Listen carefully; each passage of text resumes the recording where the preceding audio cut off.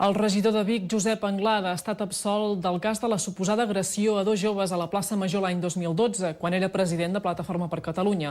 La jutgessa ha donat validesa als testimonis que acompanyaven el regidor en el moment dels fets perquè van donar una versió clara, rotunda i coincident, a diferència, segons ella, de les versions dels perjudicats, que van denunciar haver rebut cops de puny i de cap per part del polític biguetà. Anglada va assegurar durant el judici que havien estat els tres nois que prèviament l'havien insultat a ell i que mai va arribar a tenir contacte físic amb els joves. El fiscal demanava 10 mesos de presó per Anglada i una multa de prop de 1.500 euros.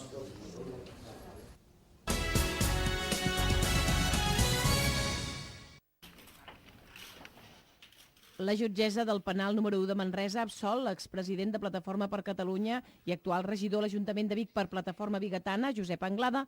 de la presumpta agressió a dos joves l'abril de 2012 a la plaça Major de Vic. La jutgessa ha considerat que els fets exposats per les parts durant el judici celebrat el 24 de novembre no són constitutius d'un delicte contra la integritat moral previst pel Codi Penal ni tampoc de dues faltes de lesions que demanava la defensa. La magistrada ha donat validesa als testimonis que acompanyaven el regidor en el moment dels fets perquè van donar una versió clara i rotunda i coincident en tots els extrems, a diferència de les versions dels perjudicats. Crec que ha quedat demostrat que tot això va ser una conxorxa promoguda una caça de bruixes, tant per part de la CUP com diferents associacions magrebines d'aquí Vic, que jo crec que em van crucificar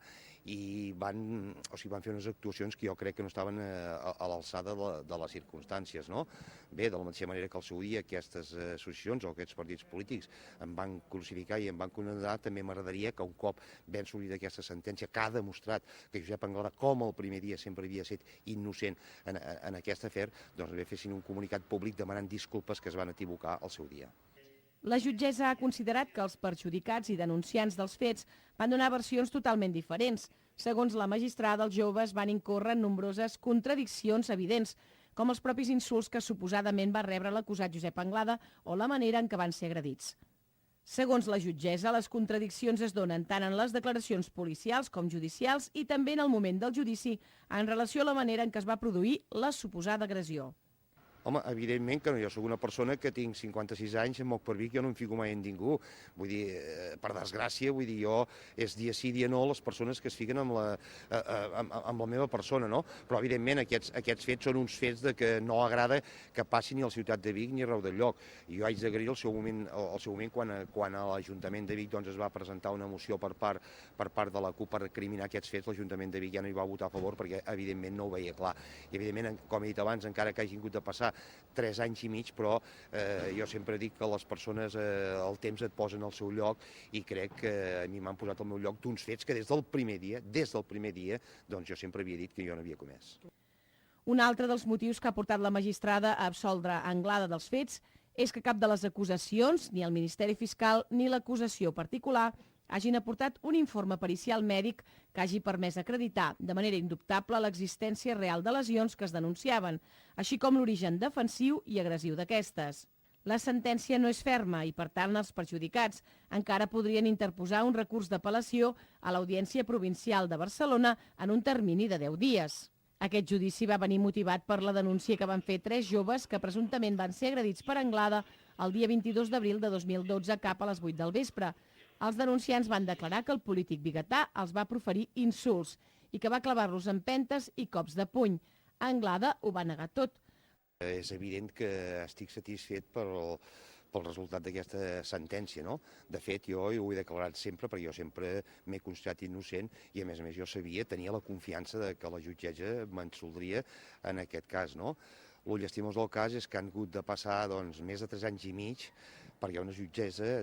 hagi pogut fer una sentència per restablir el que diem és la meva honorabilitat i la meva innocència, no tan sols davant del consistori biguetà, perquè com molt bé sabeu hi va haver molt rebombori en aquella època, sinó davant de centenars i milers de persones d'uns actes o d'unes coses que jo mai havia comès, no? Però agrair a totes aquelles persones que aquests dies que es van entrar aquí a veure el judici, els ciutadans de Vic concretament, que m'han donat el recolzament i ànims perquè la sentència fos favorable. Crec que això també ens ajudarà a passar a tots unes bones festes de Nadal. La presumpta agressió va generar un fort rebuig a la ciutat de Vic i fins i tot es va organitzar una manifestació amb el lema Cohesió social contra el racisme, que va congregar més d'un miler de persones i en la qual es van cridar consignes contra Josep Anglada. La concentració va rebre l'adhesió d'unes 130 entitats d'arreu del territori i unes 400 persones a títol individual.